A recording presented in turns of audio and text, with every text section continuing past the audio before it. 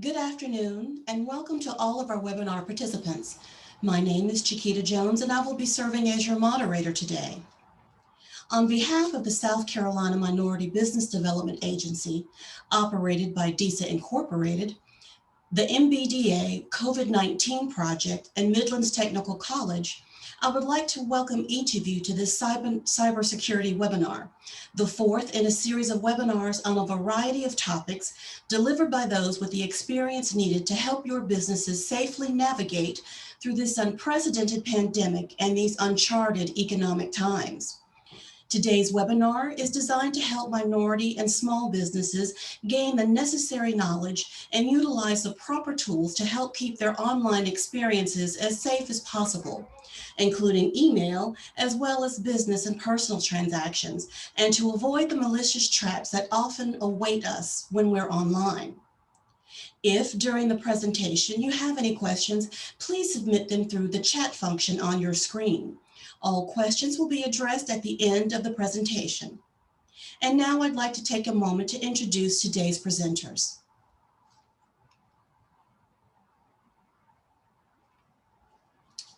Mr. Tony Hoff graduated from the Citadel with a degree in computer science and has worked in the IT industry for over 35 years. 30 of those have been with higher education at Midlands Technical College. He directs a team of highly skilled technicians supporting hardware, software, networking, and telecommunications for all 7 campuses of Midlands Technical College. He has served on numerous local and state boards and committees related to IT management and advanced technology. Mr. Carl Caraway graduated from the Citadel with a degree in mathematics and has worked in the IT industry in the private and public sectors for over 37 years. He has worked in higher education for 24 years with Midlands Technical College and previously for 7 years with the South Carolina Technical College System. His areas of expertise include data center management, computer operations, hardware, software, operating systems, application development, and security. Mr. Hampton Saucy graduated from Georgia Southern University with a degree in business administration and has worked in the IT industry for 30 years at Midlands Technical College. He manages a team of PC hardware and software technicians, programmers, and network support personnel for all 7 Midlands Technical College campuses. As you can see, we have a lot of experience here for you today that are going to impart some fantastic knowledge to you. And now, without further ado, I'd like to bring on Mr. Tony Hoff to start the presentation.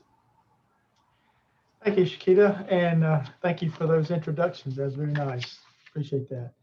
Well, I want to thank Mrs. Sumter and Chiquita and Tiffany for having us here today. We hope to share some ideas about cyber awareness and cybersecurity that might help you to be a little more secure and safe while using online services that everyone's accustomed to these days. First thing I want to talk about is, what is a cyber attack? And a cyber attack is an attempt by someone or some company or some group to damage, disrupt, or gain unauthorized access to computers, computer systems, and networks. There are a couple different ways that they attempt these attacks. Social engineering is one, and that's by manipulating people into doing something that they normally wouldn't do, or causing them to divulge some confidential information that they can use to gain more information or gain access to something. That's probably the most difficult to prevent. Malicious software is software that may come in over an email or through a website that you might visit that will load itself onto your computer and in the background do some things and uncover some things that the attackers can use to gain more access to your services and those around your network. And physical activities, things that people do to obtain unauthorized information that can be used. For instance, dumpster diving is an option that some people don't use it very often now, but we used to have a lot of printed information, and a lot of that information was not shredded and not destroyed properly, just thrown in the trash. Well, some of that information can be used to gain other information that they can use that the attackers can use to become malicious on your systems. Next slide, please. What's at stake?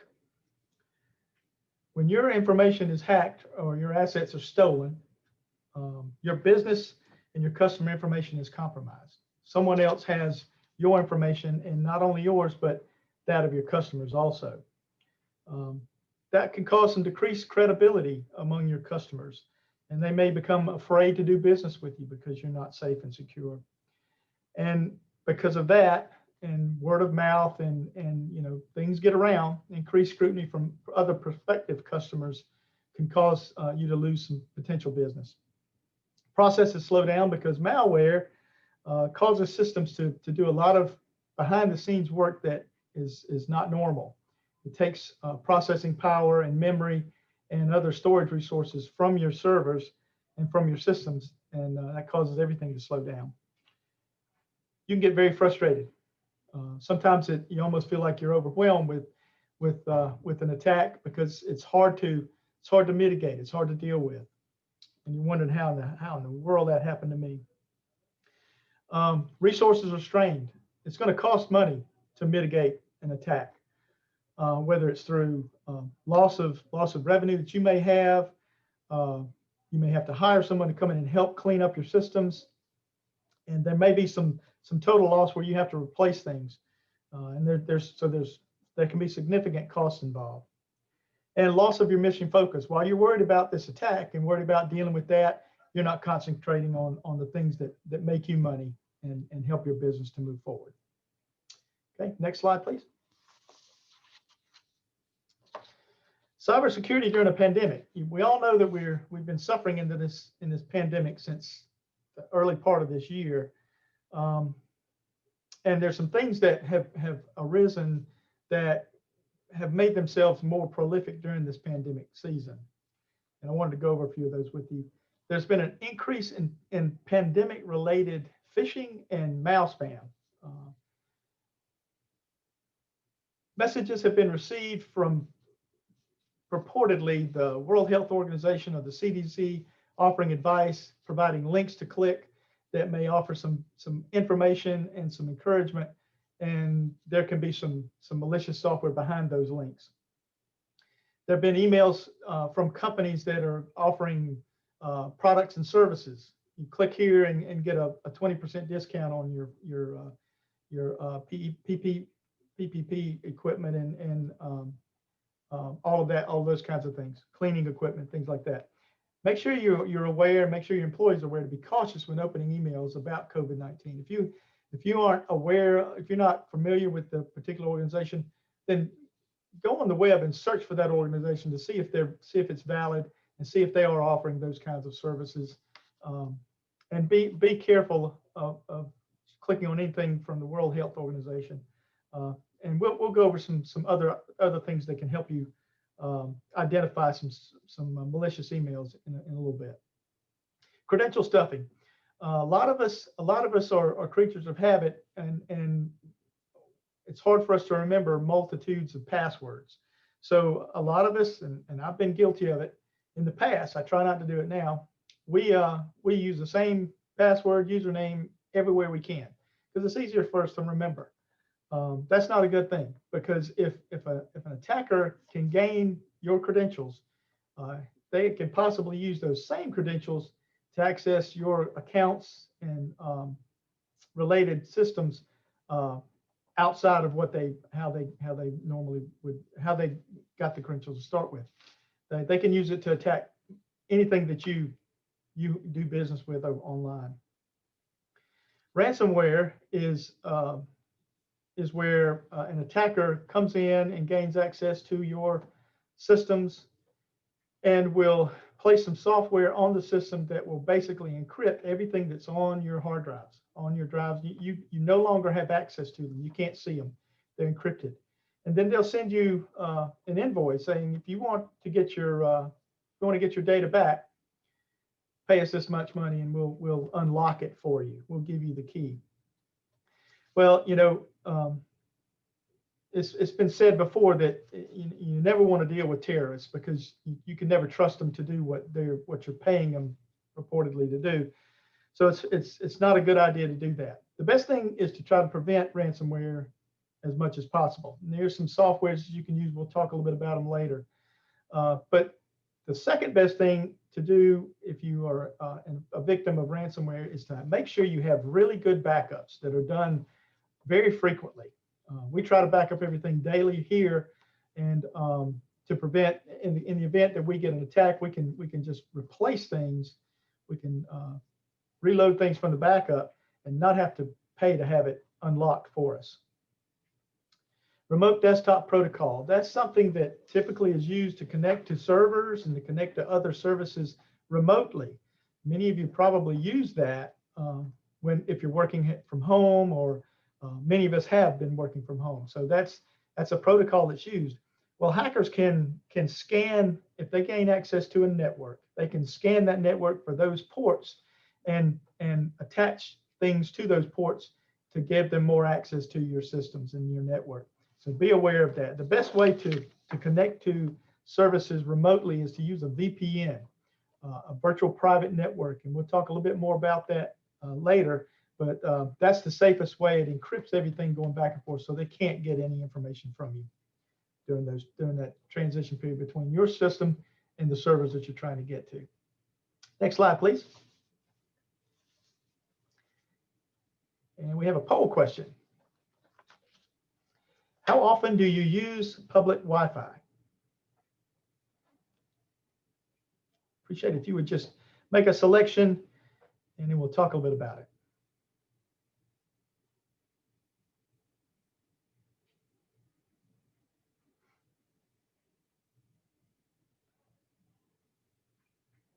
All right. Never. Daily, weekly. Okay.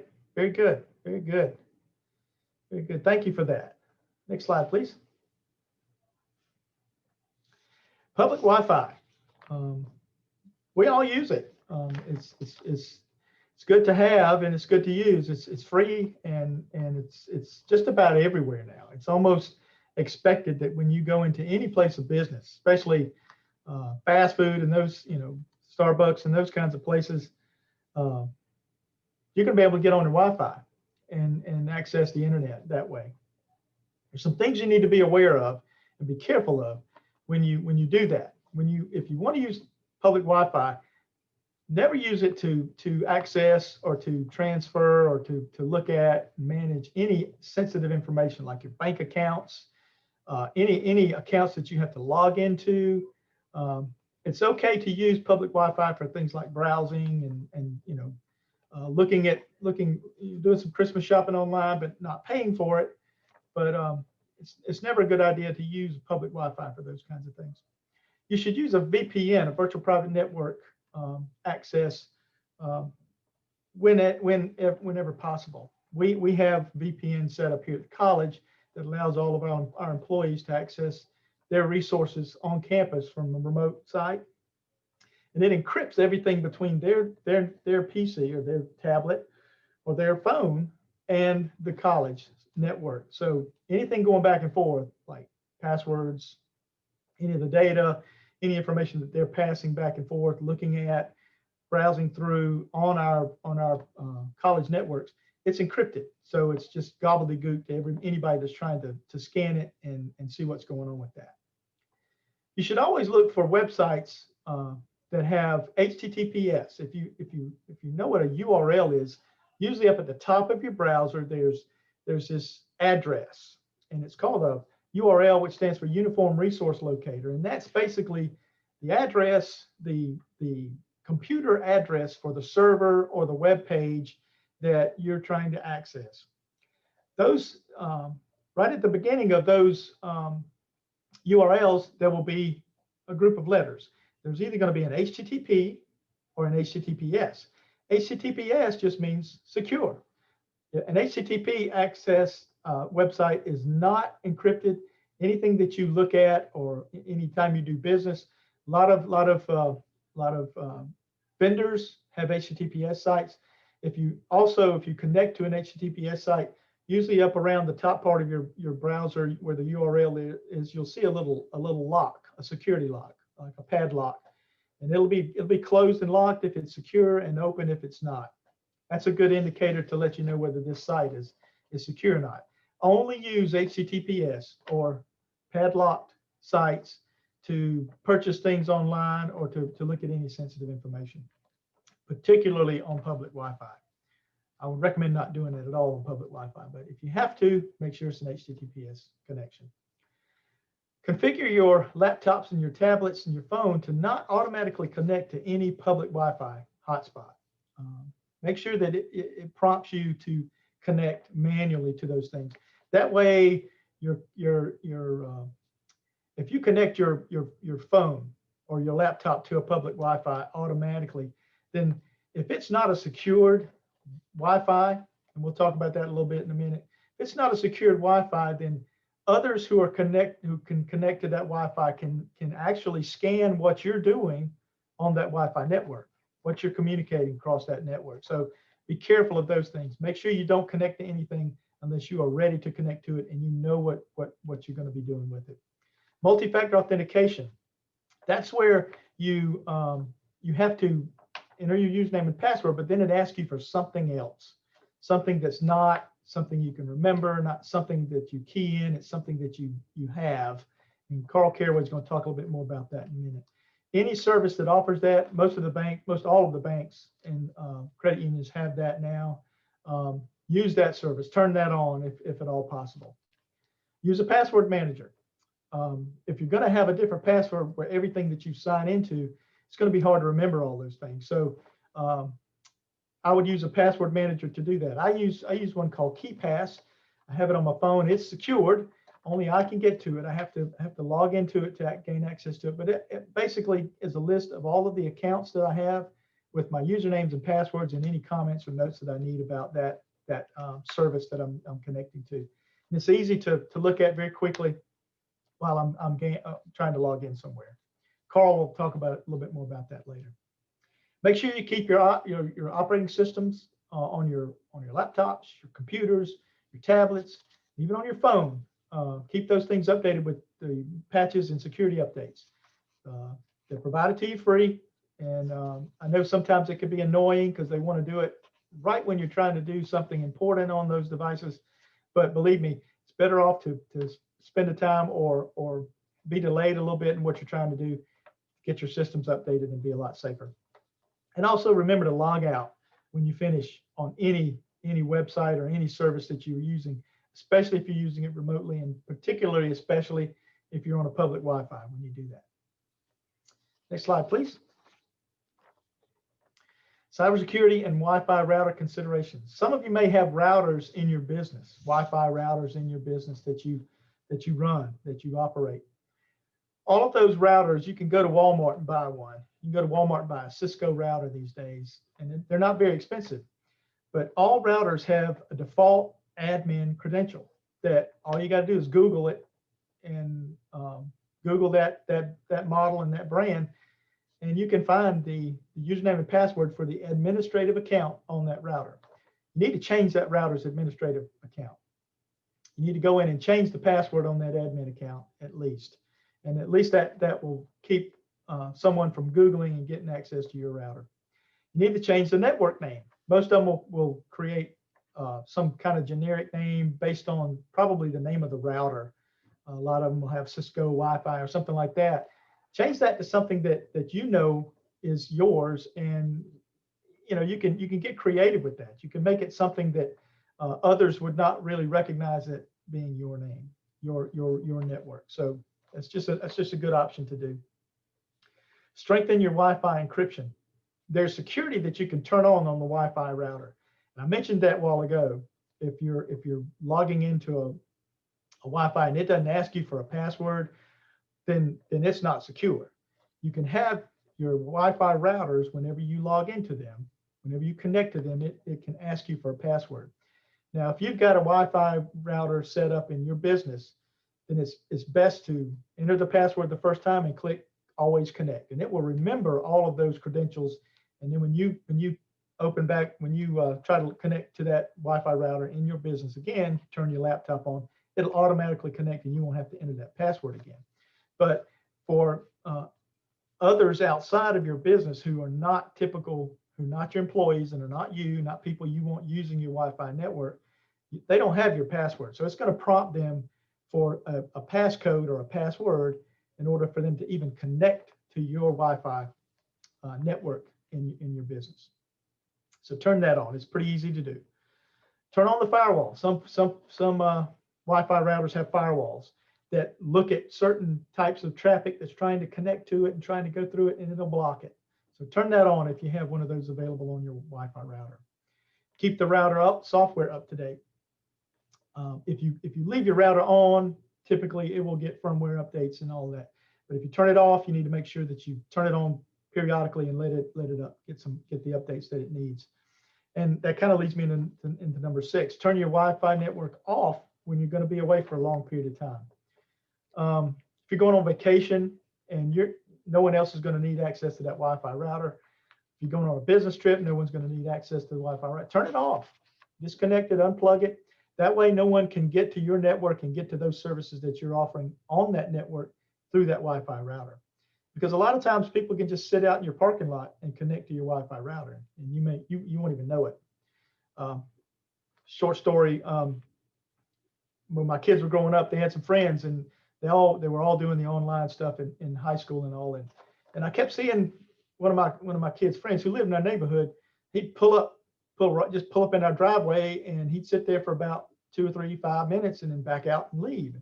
And finally, I went out there and stopped. I said, "Trip, what are you doing, man?" And he said, "I'm sending my homework to my teacher. My dad's too cheap to buy Wi-Fi at my house, so I come over here and connect to yours, and I send my homework." So he was sitting in my driveway, accessing my Wi-Fi router, and my sons had given him our password, so that was how he could do that. But locate your router as close to the center of your building as possible. And what we want to do with that, the Wi-Fi router has a field that a circumference that it can emit a transmission and a connection. If you cannot get to that physical location that's close enough to receive that signal, then you're not going to be able to connect to that Wi-Fi router. If you have a building that's large enough, you can put your Wi-Fi router in the middle, and then people can't pull up in your parking lot and get access to your network. It's just another physical way to try to secure that Wi-Fi router. Okay, I'm going to turn this over to Carl Caraway and let him talk a little bit. Thanks, Carl.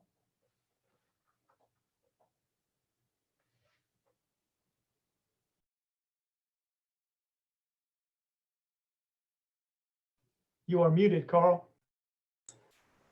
How about now? Can you hear me now? Much better. All right.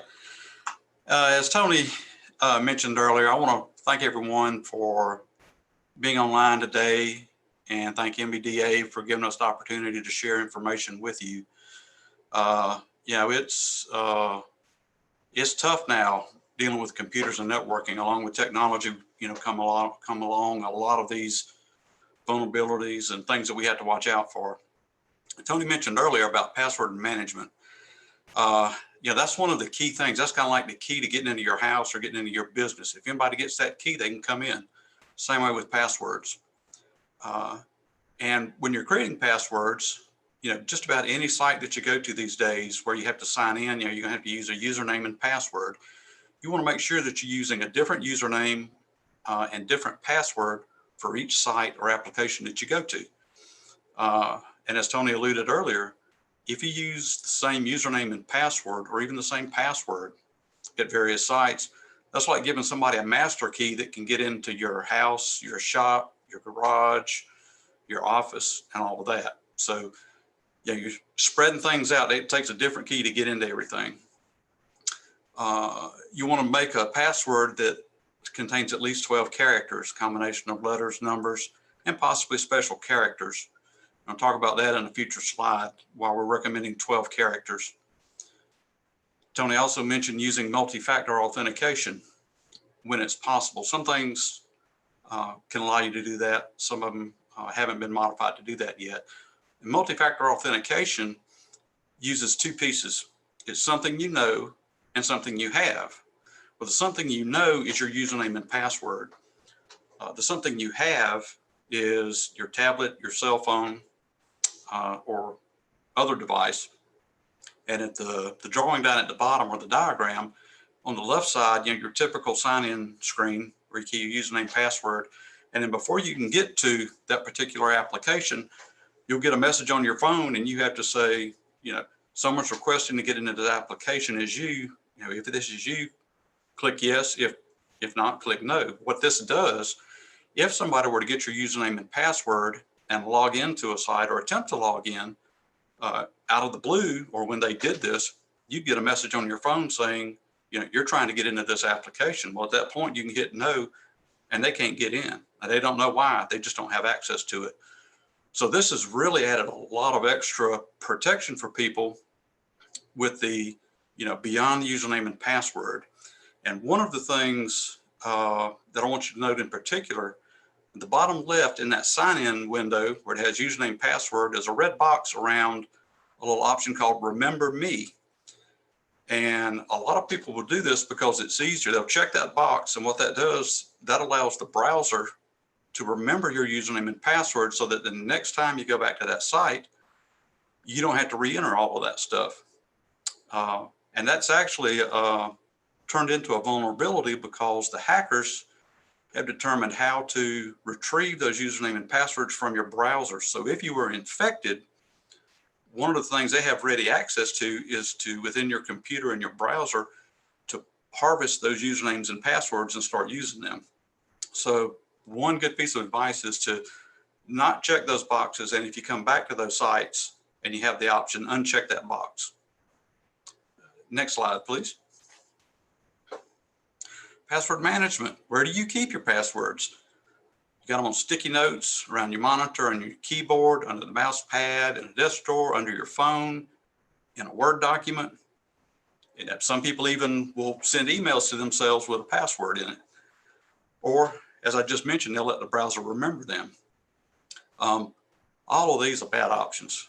Number one, if somebody physically gains access to your desk and you've got them on sticky notes in various places, and these are the item one, all of those little bullet points, those are the places where somebody looking to get into your computer, that's the first place they're going to look. When we do physical security audits, that's one of the things we'll do. We'll go to an office, and it's amazing how many passwords we find in those locations. A Word document is not a good place to store, or a text document is not a good place to store passwords because they're in what we call clear text, meaning if somebody were to get that document, they could look at it and look at the contents and be able to read everything, meaning they're not encrypted and are not garbled in a fashion that makes them unreadable. And of course, email is not a good mechanism either because email itself is not encrypted. So just the fact of you emailing it to you or somebody else, if that email is intercepted, somebody can have that username and password. And item 4, we don't want the browser to quote, quote, remember any of our passwords. Next. Tony mentioned a password management tool called KeePass, and that's option 1 there. There are 2, I've got 2 listed here, KeePass and LastPass. I favor KeePass over LastPass, primarily because LastPass is a cloud-based utility, which means it's on a server somewhere out on the internet. And some of their features, some of their advanced features require you to pay an additional fee to activate those features. KeePass can be, it's run on your device, which means it's installed on your computer, your tablet, your phone.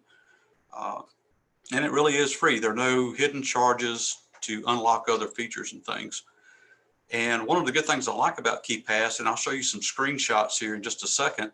Of course, the primary thing, all of the info inside of there is encrypted, which means if somebody were to get the file that contains all of your passwords, they wouldn't be able to read them. It'd be just garbage and gibberish. One master password unlocks that whole suite of passwords. So basically you can look at it as I can start using more complex passwords because I really only have to remember one to get into my KeePass. And then I can look up my passwords. It allows you to group them into major groups and subgroups. You can search and sort for things. It'll also show you how relatively strong your password is when you're creating them. And you can also let it generate passwords for you. And when it generates them, it's some pretty wild combinations, as opposed to being a phrase or a series of words that make sense. So sometimes it's better. You may want to just type your own password and let it tell you when it's a strong password. Next. Here are a few screenshots of what KeePass looks like. I just thought it would be helpful to see what the product looks like when you would be using it. And in this case, on the left-hand side is an index of the folders of how you can group and create things in KeePass. So in this example, I've got a general, a finance, a network, websites, and an email folder. So in this example, I've clicked on the email folder, and on the right side, these are my email accounts that I have. So I can put as many as I want into here. Easy to get to. Next. Here's a sample of keeping track of financial related things. Now, these could be business or personal things. Not only using it for business, but you can also keep personal info in here. So, these are a series of Visa cards. And what I can do here, I can put the website of these various banking entities. I can also put the username and password that I use for those. And I could even put the account number or the card number in there, because this information is going to be saved encrypted and nobody can read it. Next. And if you manage the network, you might want a separate folder to put your network passwords in. If you manage the firewall or network switches or wireless routers, you can store all of those related passwords in this group. Next. And websites. We all have to go to websites as a part of doing business now. So you can create a category there for the various sites where you have an account that require you to log in, and you can, give it a general title of it, and then put the username that you use to log into that. And you can store the URL or the address of the website in there as well. So it lets you keep a lot of information in there in one place that you know is secure. Next. And here's some general info. If you're using this for personal info, put your locker combination, for your gym locker in there. Now, just things that you want to remember that you don't want others to see, but you want it in a convenient place to access. Next. I mentioned earlier about using a password of 12 characters. And this grid indicates how quickly hackers, based on the length of the password and the combination of things you're putting in the password, how long it takes them to crack or decipher that password. Computers and technology surrounding CPUs have advanced to the point where things that were not possible just because of time constraints can now be done almost instantly. The computers are running so fast and can do so many instructions. They can go through all these various combinations of passwords and actually figure out which one is the actual correct password. If you look at the password length on the left of 6 that I've got highlighted, and you use upper or lowercase letters, they can crack that almost instantly and have your password. And that's one of the attacks they try to do when they're trying to gain access to a network, is they're just running a series of patterns and trying to guess it. Well, now they can guess these almost instantly, as opposed to a password length of 12. If you're using upper or lowercase letters in that password, it could take them up to 12 years to guess that. So that's, they're not going to be hanging around in your network for 12 years trying to guess a password. And to the right of those boxes, the more right you move across that grid, is the increased complexity of upper and lowercase and throwing numbers in and throwing symbols in. But just for an easier way to manage things, having a longer password of, and we use 12 here, in most cases, that's going to protect you from having your passwords cracked or deciphered. Next. Email. I consider it the most utilized attack tool. Why is that? Well, first, everyone uses email now. And the hackers craft emails to look legitimate. They're trying to fool you. And some of them, every now and then, we have to take a second look to say, is this real or is it not?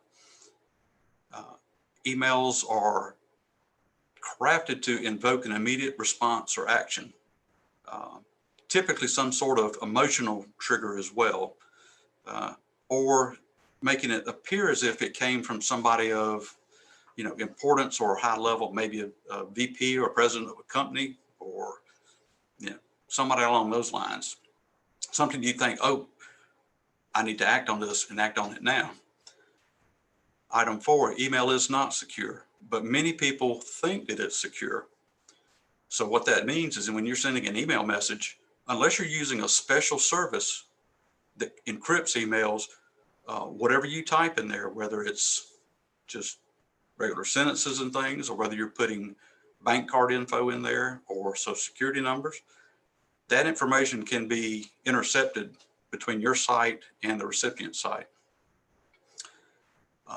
And number 5, hackers know that people assume email is secure. So they're banking on the fact you're going to try to use email to send some sensitive information.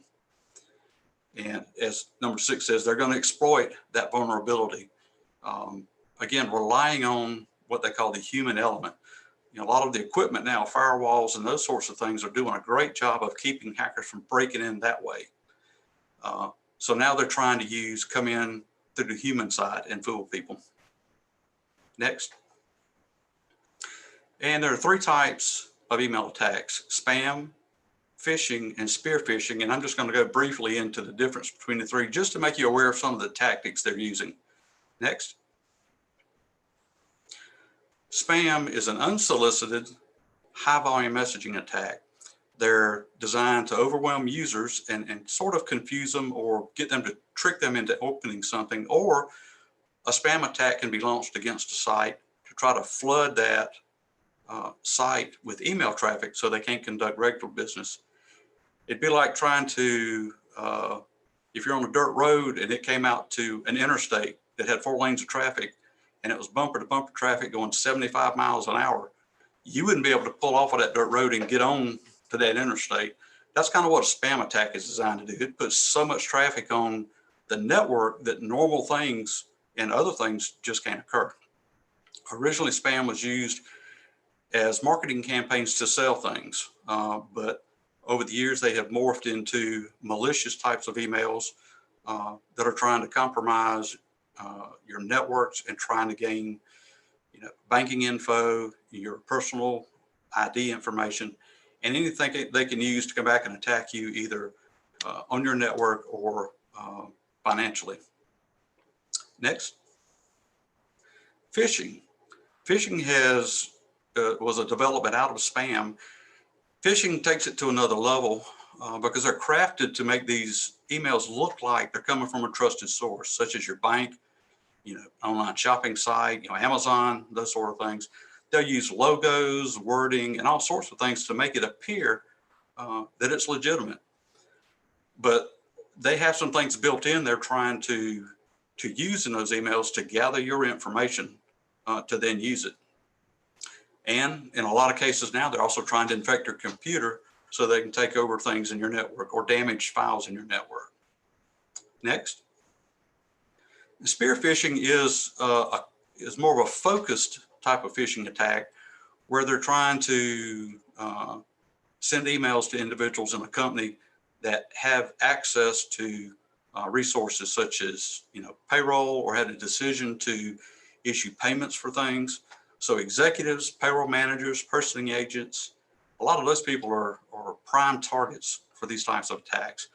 And before they conduct these, they're actually going to the company's website. They're looking to see who's the president, who's the purchasing agent, who's the payroll manager, and they're getting some information, and then they specifically target those individuals. So they're They're getting even trickier now. Next.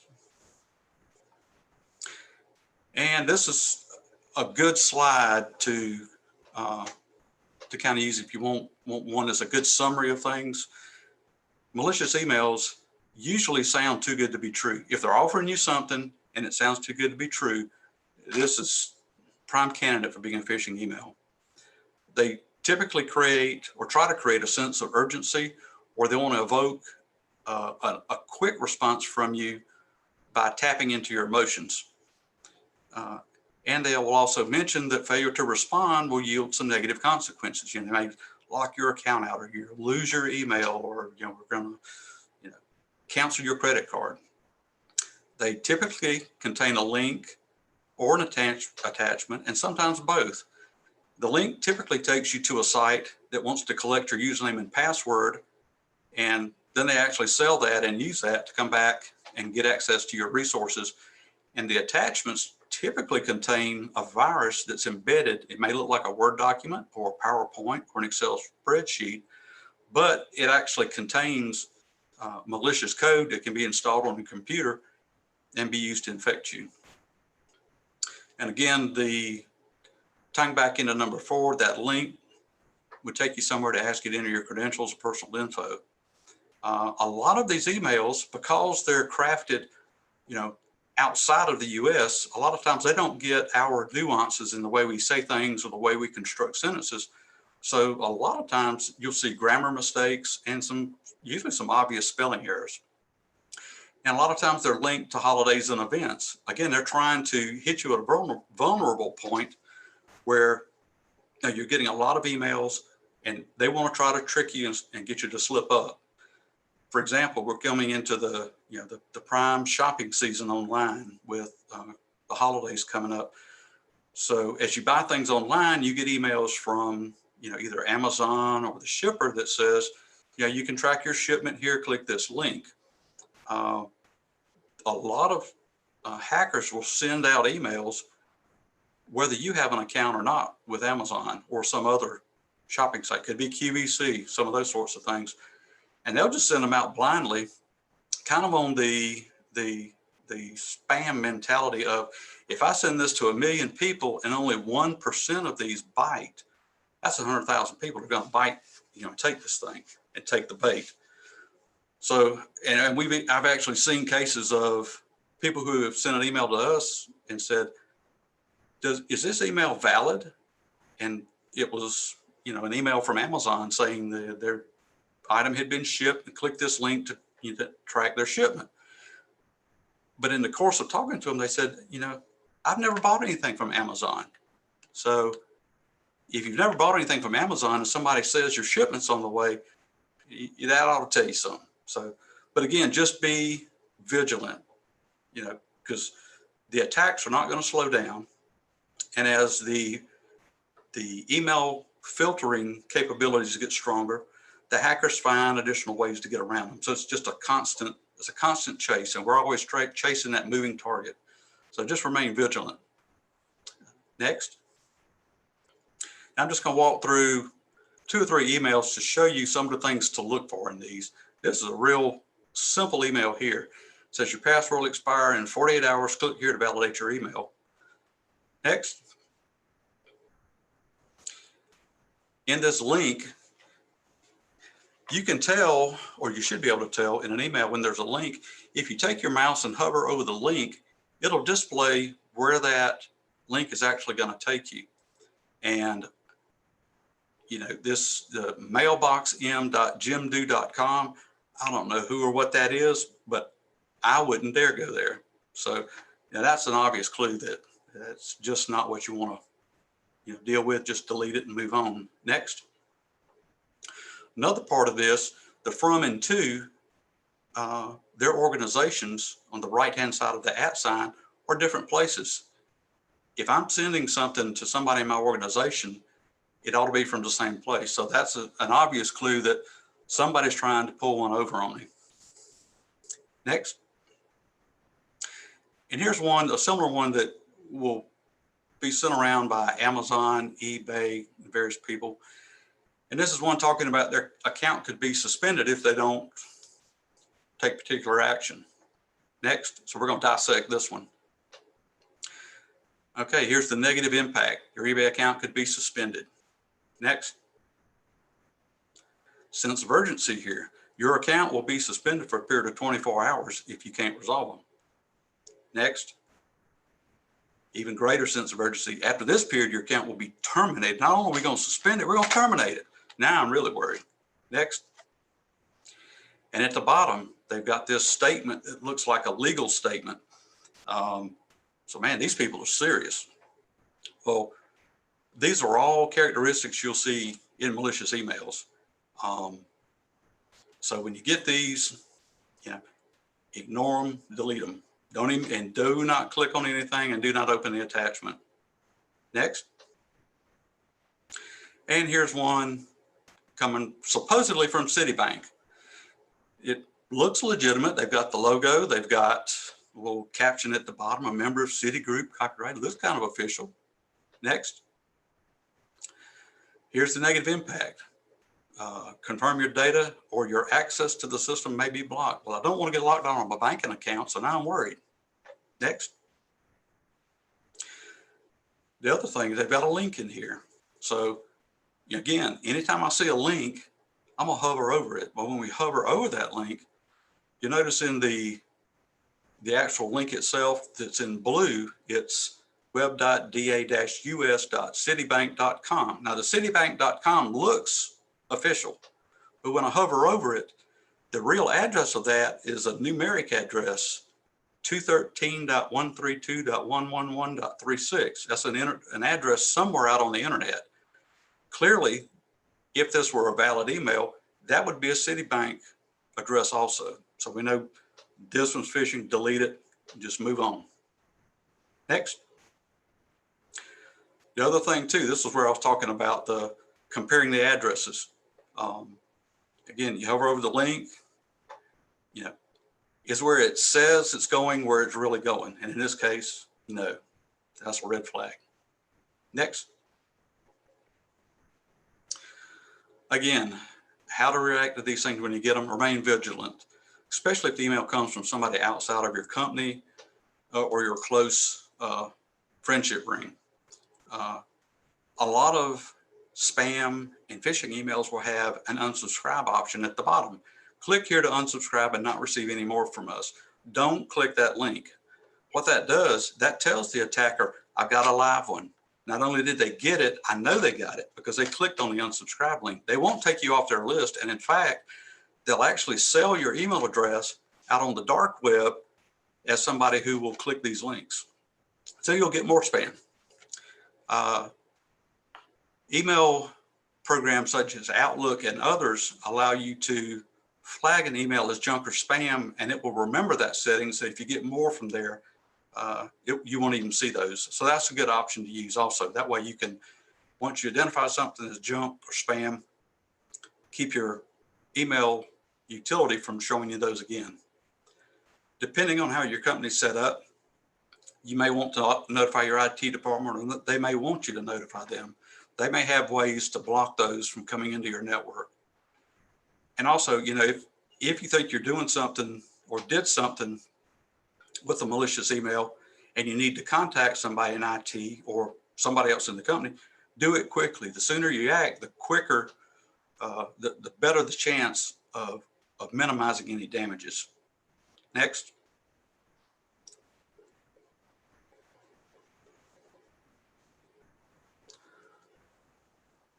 Okay, for this poll question, I get an email, it's got an attachment. What can happen if I open an email attachment? The email address can be sold to hackers. I can infect a coworker's computer. My company's files could be deleted. My email account could be used to send thousands of spam emails, or none of the above can happen, or all of the above can happen.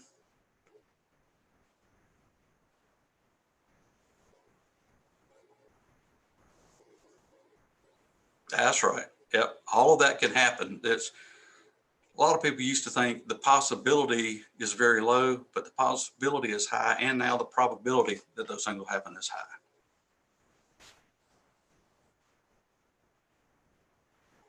Next.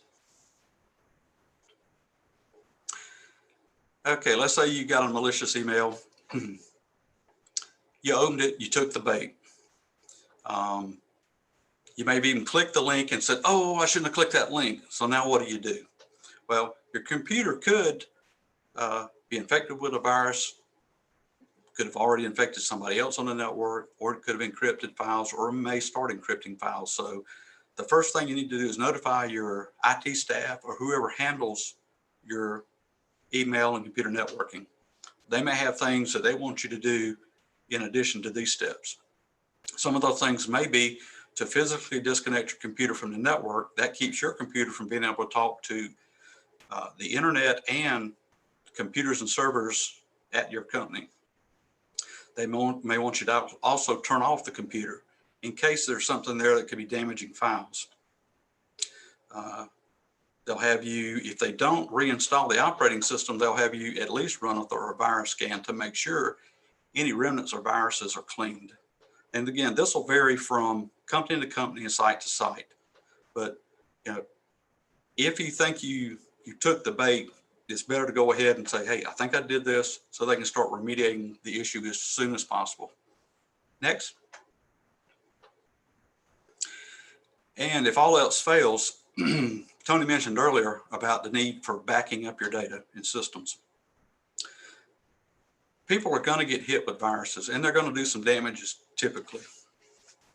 So if you're backing up your data, which you really need to, because that's your insurance policy to recover from any type of damage, not only from hackers, but even if you have a hardware failure, your server has an issue and a disk drive is corrupted. You can get the computer back and get it running again, but then you need to bring your data back or your applications back, and you have to do that from your backup. You want to make sure you use a quality piece of software or service. Some of those can be installed locally. Some are in a cloud service. It's best, if you can, to keep a copy offline, meaning you back up to it and you disconnect it from the network. That way, if you were attacked, they can't get to those backups. You may also want to, if you can and your budget permits, keep a copy of it off-site somewhere. That way, if your local site is attacked, you've got a copy somewhere else that you can go back to restore and get back in business. You also want to review your procedures for backing up regularly. Anytime you have new applications added or install new software or something about your environment changes on the computer systems, you need to make sure you've added that into your backup plan. Because there would be nothing worse than thinking you have backups, you get attacked, and then only 5 of your 7 applications were backed up. It's just not a good position to be in at that point in time. And once you're backing things up, you also have to test the restore process. That validates that what's been backed up is valid and can be restored.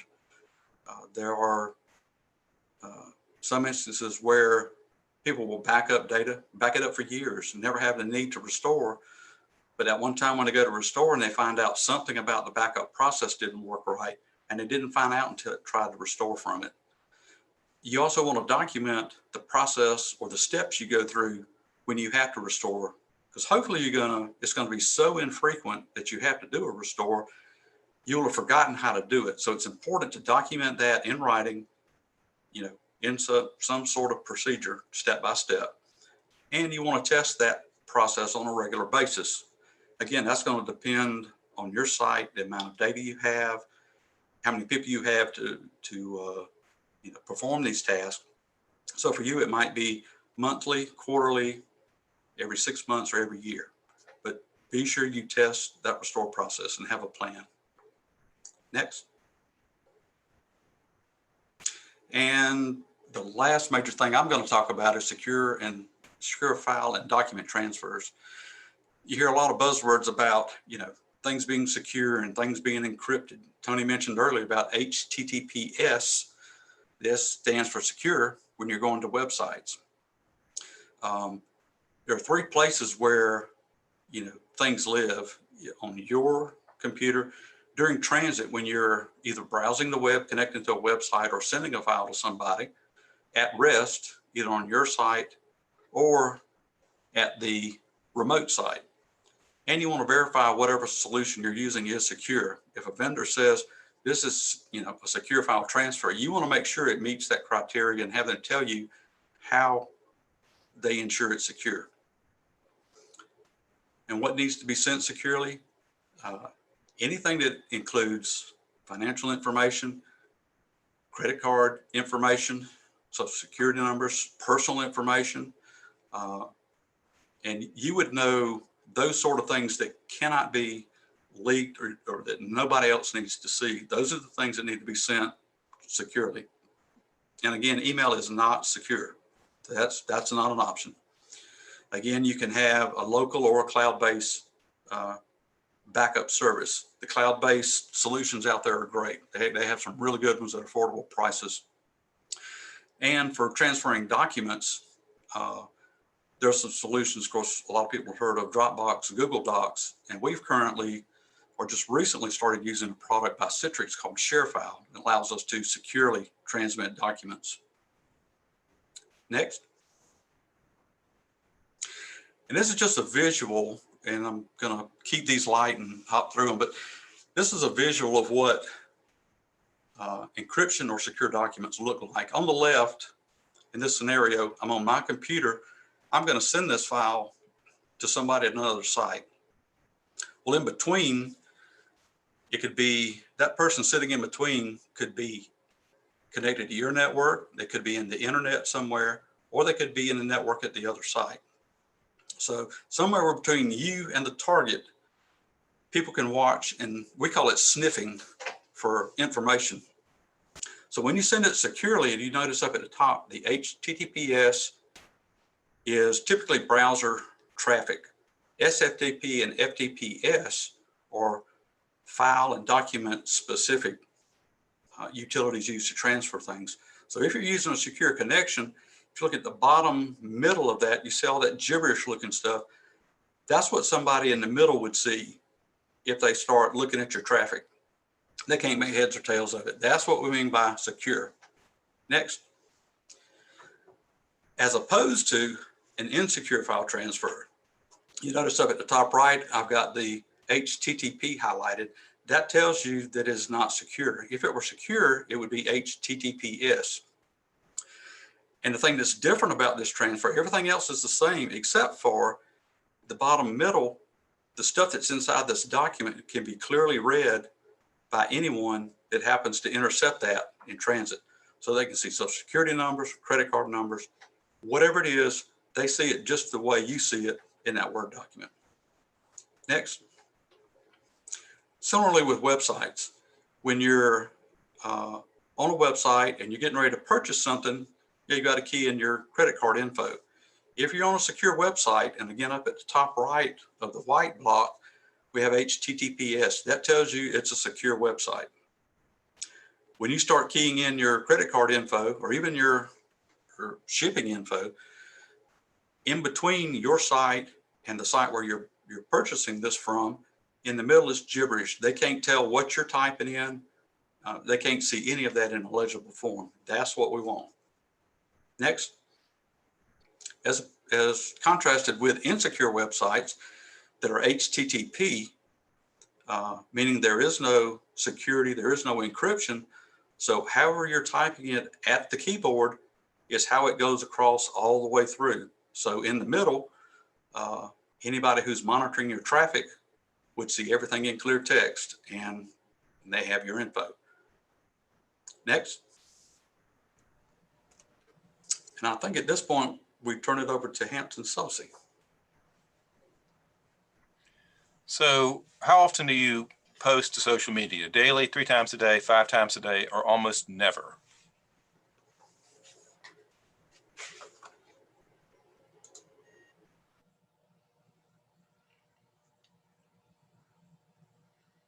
So a lot of you do it daily. Some of you, 50%, say almost never. Okay, that's good to know. Next slide, please. So I'm going to talk about a little bit about social media. First thing is to be aware that social media outlets are in business to make money. So you should expect ads to be prevalent. Some of those ads may be from bad actors, may have some bad things in there. As we all know, there may be some misinformation on some of the social media sites as well. Hand in hand with that goes to be aware of links. So sometimes there are links on there that you see. If you're not sure if it's something that you want or not, you should throw it away.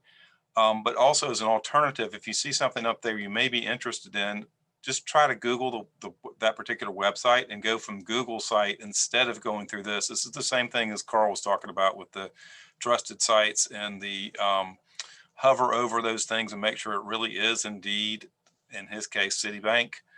Another thing to avoid is avoid posting political statements. Those typically could be lightning rods. We've seen in the past, some people have been fired because they posted inappropriate materials or things that were really they shouldn't have been saying. So try to avoid some of those political statements so you don't become a lightning rod and maybe get lots of spam because of it.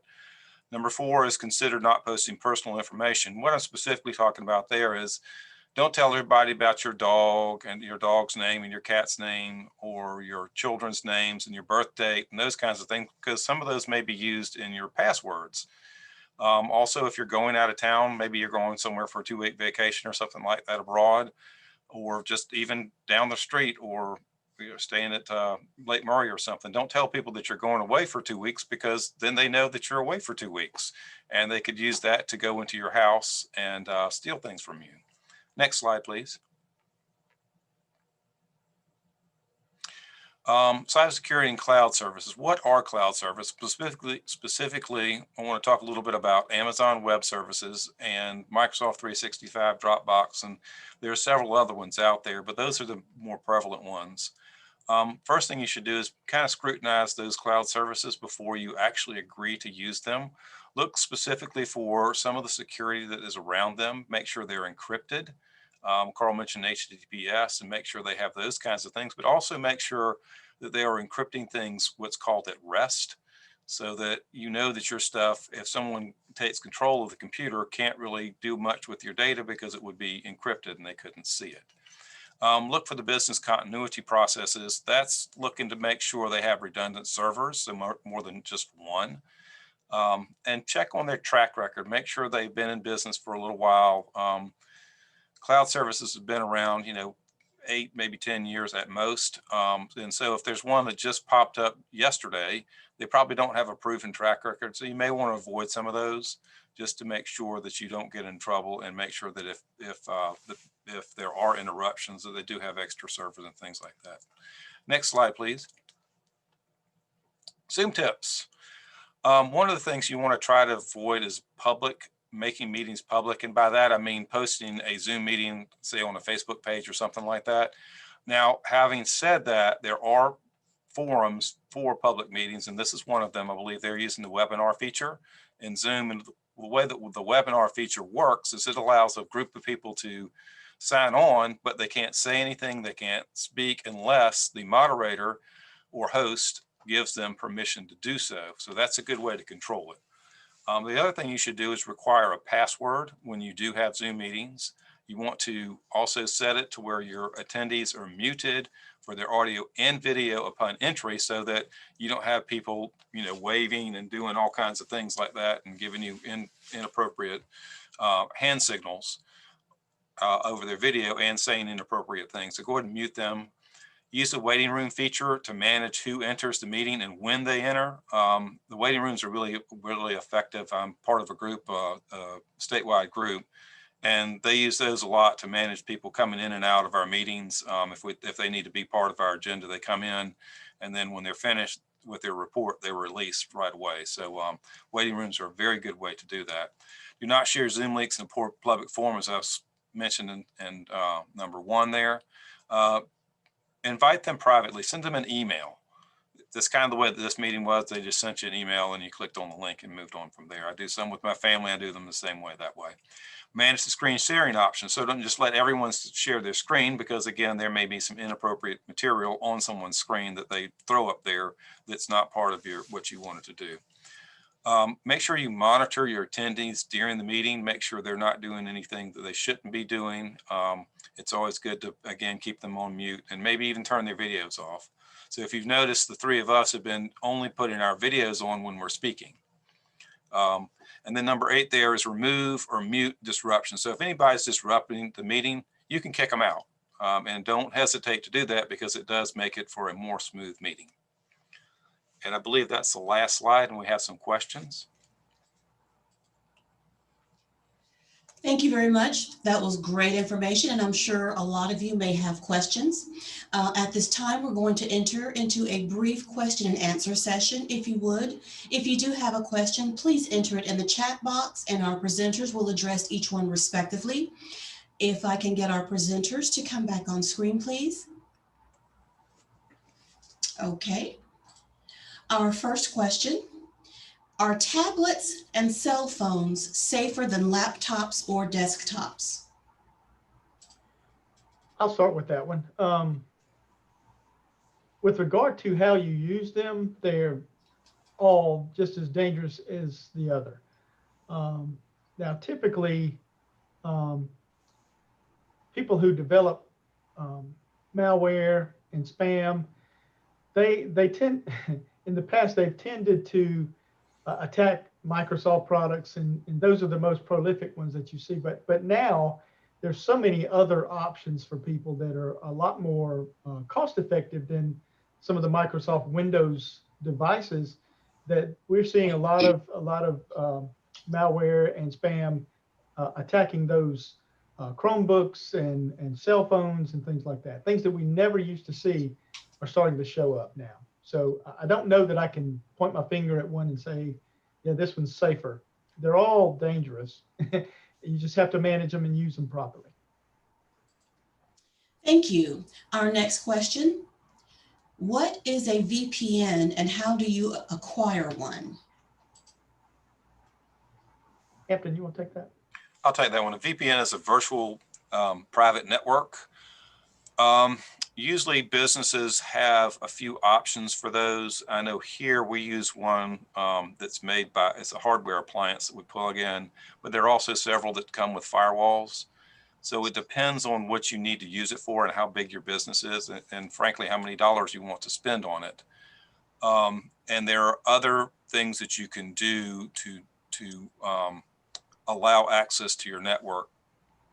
So it really depends on the size that you want, and you could acquire one.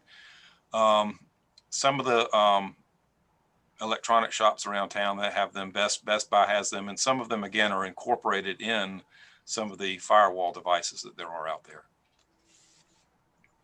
And there are also some cloud-based VPNs available.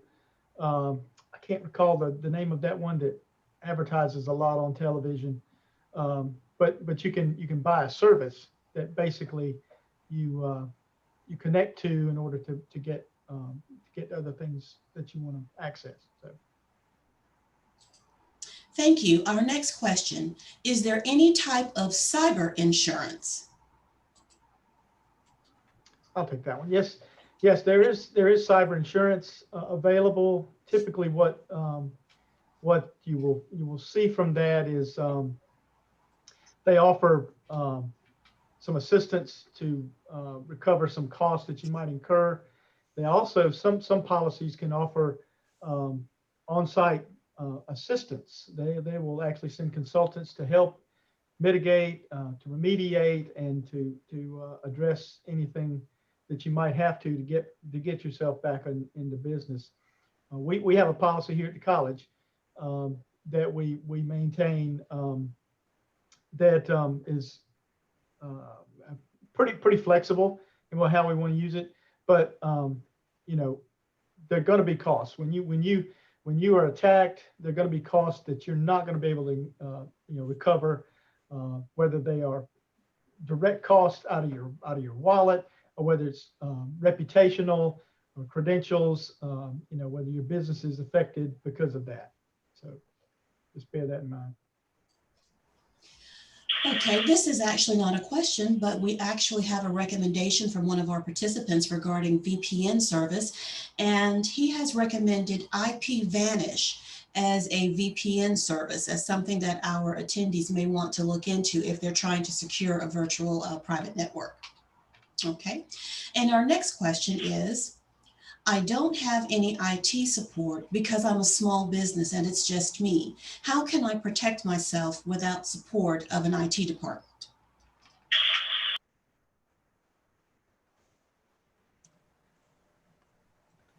I'll take a stab at that. Well, there are lots of things you can do. We talked about a lot of them here today, and I think Chiquita is going to make this presentation available to you all afterwards. But a lot of the things that we talked about today are things that you can look into. And you know, these days you can Google and find good Wi-Fi routers. You can Google and find VPN devices and services. You can Google and find a whole lot of things. But it wouldn't be a bad idea for you to look into some sort of IT cyber awareness management training. That there are companies that offer that right here in Columbia. Training Concepts is one that has some training available that we've taken advantage of in the past. But if you're going to manage your own business and manage your own network, then you need to know a little bit about that, or you need to have some sort of time and materials or some sort of contract with a local vendor that provides service and consulting and maintenance support for networks and security devices. Thank you. Our next question, how do hackers get into an email and set up rules to reroute incoming emails? Funny you should ask that. We have actually observed and documented that process a couple of years ago. And this is, it takes a number of pieces for the final thing of setting up rules and rerouting emails to occur. Here's how the scenario plays out. A hacker crafts an email, typically it's a phishing email, and inside there's a link. And typically the email will be similar to some of those that I showed earlier, but it's typically along the lines of usually from somebody generic like IT security or help desk. Sounds bona fide, but there's no specifics attached to it. And it says, your account has been disabled. Click here to reactivate your email account. So you say, well, you know, I surely don't want it to be inactive. So I click the link and it takes me, or it brings up a screen for me to enter my username and password. And what's happened when you click the link, it took you to a rogue or a hacker website where that username password screen is being run. So you enter your username, you enter your password, you click sign in or submit or whatever the button is. And, you know, that's it. You assume that now I'm not going to be disabled anymore. Well, what happened when you click submit, the code that was running that web page that asked for those credentials actually gathered them and wrote them to probably a file. And, you know, they have hundreds of thousands of people doing this. So they basically built a database of who it was that entered it, their email address, the username and the password. And some of these hackers will do it manually, but a lot of them do it automatically. Once they get the username and password, they know the email address. Like for me, it would be carawayc@midlandstech.edu. Well, by them having that email address, they know that we probably use one of Microsoft's services. So one of the features of that is an online option called Outlook Web Access, or OWA, and they continually change the name, but it basically is a way for you to go to a browser and go to, in our case, mail.midlandstech.edu, and I can sign in over the web from anywhere and look at my email. Well, what that also means is anybody with my username and password can do that. They have my email address, so they know how to come to my site. They know that we're using Exchange, or they're going to, go and gamble that we're using Exchange. So they're going to try to sign in across the web using the same thing I would do on my browser. So now they got your address, username, password. They sign in to your Outlook account using Outlook Web Access. Now they have the ability to go in and set up rules. So they'll set up rules that will say it may route all incoming emails. It may just route particular emails. And in the case of one thing that we've observed and seen documented on the internet, they wanted emails to get certain types of emails to get sent to certain people. In one case, they wanted to change somebody's payroll to be deposited into a hacker's banking account. So they got the credentials. They came in and set up a rule that said, route incoming emails to some other address. And then they started sending emails, as that person. So the fact that somebody gave up their credentials, that's the key to, like we say, that's the key to getting in the door.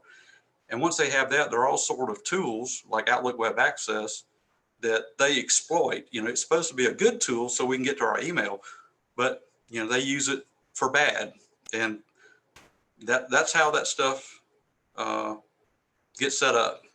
And it's one of the most common types of attacks against email accounts. Thank you. And our last two questions for the afternoon, the first of which may require a little bit more clarification from the submitter of the question. It says, is Avast or Total AV a security network? Yeah, can we get a little more information about what do they mean by security network? Are they asking, can it secure a network? Okay. I would ask the submitter of that question if she could provide a little bit more clarification, and we'll be happy to present that as a question. Our next question this afternoon is, are MAC filters effective in addition to passwords?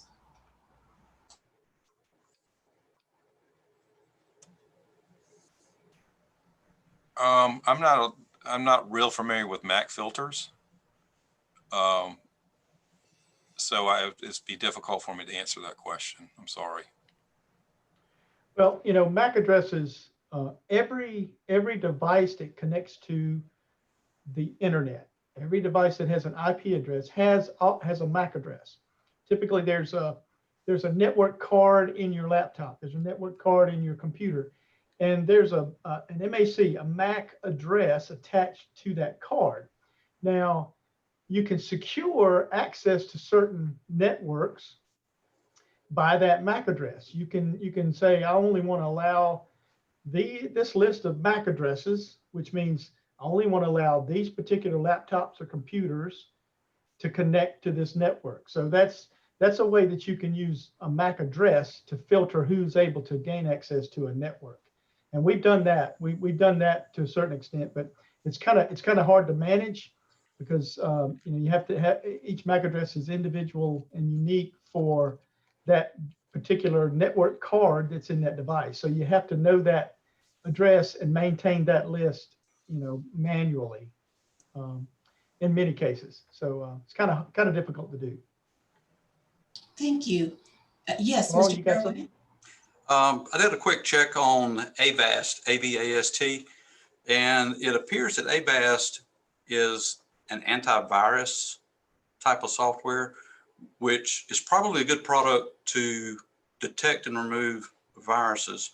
However, it probably would allow phishing emails in because the way that they detect these things are different. So it may do a good job or even a great job at removing viruses, but you might notice that phishing type emails and spam emails may slip through, and that's only because their main focus is on antivirus, which kind of leads into you may need to use more than one product to get a good comprehensive coverage on those things. And I'm gonna put in the chat window here, one of the other things is you'll probably encounter a situation where you're infected with a virus, and it may not be one of the horrible ransomware viruses that just wipes everything out. It just may be a nuisance virus or something that just disrupts your workflow and your browser traffic. A product called Hitman Pro is out there, and I've used it for a number of years, and it will remove a lot of things that have been placed on the computer, because some viruses will put their pieces out there and they won't run until certain times. This Hitman Pro does a good job of finding things that are running and things that are laying in wait to wake up and start running and do damage. And they have a 30-day free trial. So if you ever run into a situation where you say, oh no, this has got to be a virus, what do I do? You can download Hitman Pro for free, run it for up to 30 days. And if you want to, you can buy the license to run it for a year. I think it's about $25 a year. But that's a good product that does a pretty good general job at a lot of things. But Avast and AVG, and there's several other companies out there that have free protection software you can use.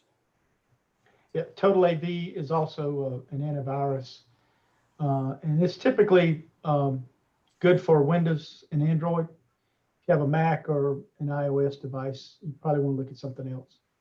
But Carl's right. We try to keep a multitude of things checking around here. We have basically for emails, we have 3 products that we have in line between the internet and our users' mailboxes to try to filter out all the junk and try to get as much good stuff in as possible.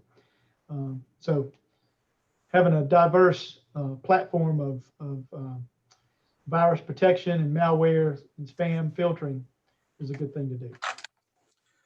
I notice we also have a question, I think that we skipped, of are tablets and cell phones safer than desktops or laptops? That's a good question. Now, I answered that one first. Oh, I'm sorry. But you Okay. can go ahead and add to it if you'd like. Oh, nope. Are you sure you wouldn't like to add to it, Carl? Well, any device is vulnerable.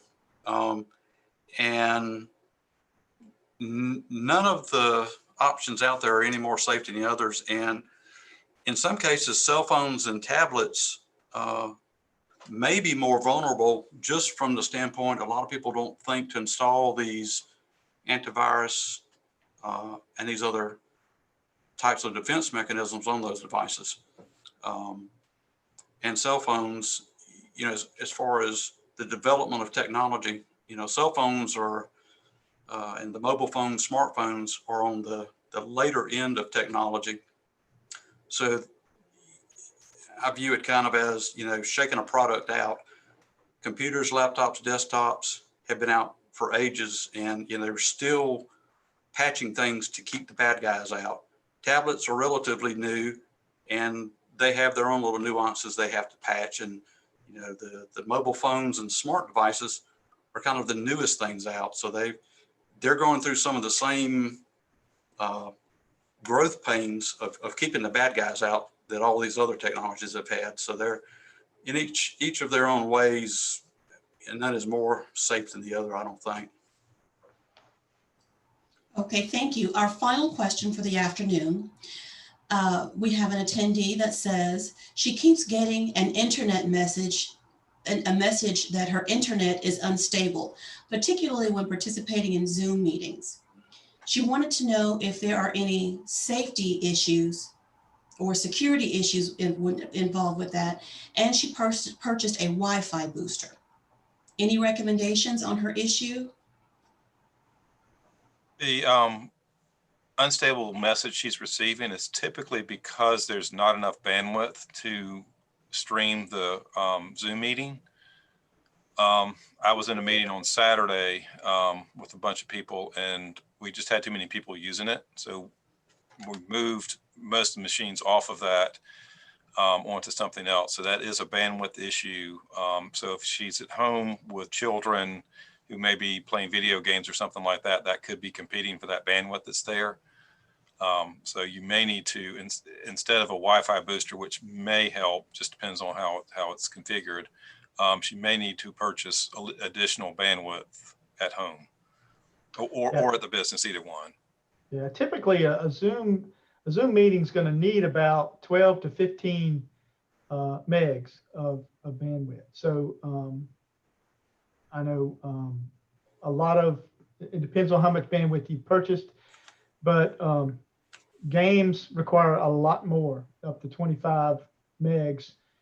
So if you've got someone playing two people playing games and you're on a Zoom meeting, that's about 65 megs that you need right there to accomplish that without having any conflicts.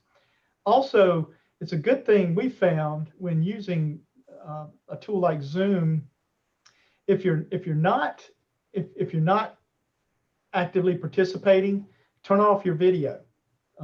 When you turn your video off and just send a static name or a picture, that cuts down on the bandwidth that you need to maintain that connection a lot. Video is very, very taxing on bandwidth. So, and it's also good to recommend to anyone on your Zoom meeting if you're not talking, you're not participating, then turn your video, mute your video, and even mute your audio too, because anything that goes over the connection is going to cost bandwidth, and the more you can eliminate unnecessarily, the better off you'll be for that connection.